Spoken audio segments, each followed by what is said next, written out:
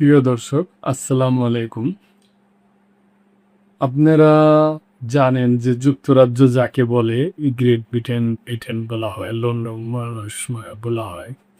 এই যুক্তরাজ্যে একটা ইতিহাস সৃষ্টি করছে ভারতের হরিয়ানা থেকে আসা ভারতীয় বংশোদ্ভূত। তারা স্থানীয় নির্বাচনে মা ছেলে দুইজনেই মেয়র নির্বাচিত হয়েছে। এটা মোটামুটি একটা ইতিহাস। যুক্তরাজ্যে একসঙ্গে মেয়র নির্বাচিত হলেন ভারতীয় বংশোদ্ভূত মা ও ছেলে। খুবই গর্বের ব্যাপার প্রিয় দর্শক, আমি মনে করি।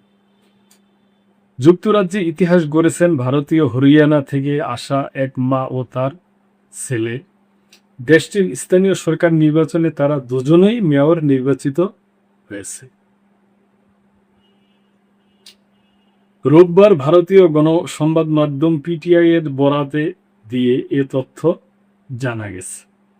2013 সালে হরিয়ানার রোহতক থেকে যুক্তরাজ্যে পাড়ি জমায় এই পরিবার। সম্প্রতি 23 বছর বয়সী তুষার কুমার ও তার মা পারভিন রানী মেয়র নির্বাচিত হয় পরিবারটিতে এখন বইছে আনন্দের জোয়ার। এটা বসার কথাই প্রিয় দর্শক। একই সঙ্গে তুষার যুক্তরাজ্যের ইতিহাসে সর্বকনিষ্ঠ ভারতীয় বংশোদ্ভূত মেয়র হওয়া গৌরব অর্জন করেছে। তুষার এল স্ট্রিট অ্যান্ড বোরহামউড টাউন কাউন্সিলের সর্বকনিষ্ঠ মেয়র নির্বাচিত হয়েছেন। এর ঠিক এক সপ্তাহ পর তার মা পারভিন রানী হার্টসমেয়ার বড় কাউন্সিলের প্রথম ভারতীয় বংশোদ্ভূত মেয়র হিসেবে নির্বাচিত। তুষারের বাবা সুনীল দাহিয়া রোববার টেলিফোনে পিটিআইকে জানান, গত 13ই মে তুষার মেয়র নির্বাচিত হন এবং 20 মে তার স্ত্রী পারভিন রানী মেয়র হিসেবে দায়িত্ব। ব্যবসায়ী দাহিয়া বলেন, 2013 সালে যখন আমি আমার স্ত্রী ও 2 সন্তান যুক্তরাজ্যে আসি, তখন আমাদের মনে সুনির্দিষ্ট কোনো লক্ষ্য ছিল না। তুষারের বয়স তখন মাত্র 10 বছর। আজ একই সময়ে এক পরিবারের মা ও ছেলের মেয়র হওয়া আমাদের জন্য অত্যন্ত গর্বের বিষয়। দাহিয়া আরও জানান, তুষার ও তার মা সবসময় সমাজসেবামূলক কাজ পছন্দ করতেন।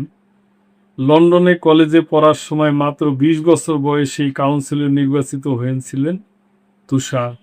এত বড় অর্জনের পরও এই পরিবার হরিয়ানায় তাদের শিকড় ভুলে যাননি। এটি আসল ব্যাপার। এটা খুবই ভালো।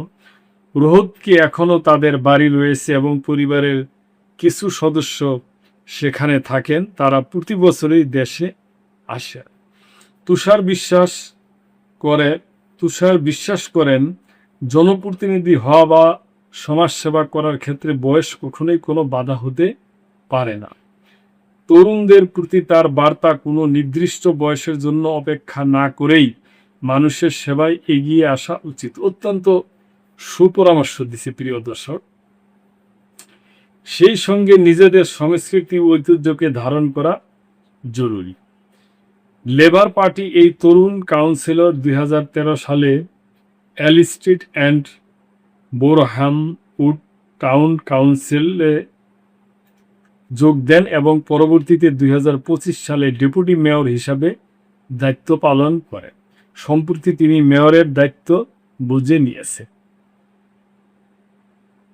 সুনীল দাহিয়া আরও জানান, যুক্তরাজ্য জন্ম ও বেড়ে ওঠা শিশুদের সম্পূর্ণ বিনামূল্যে হিন্দি ভাষা শেখাতেন তুষার ও তার মা।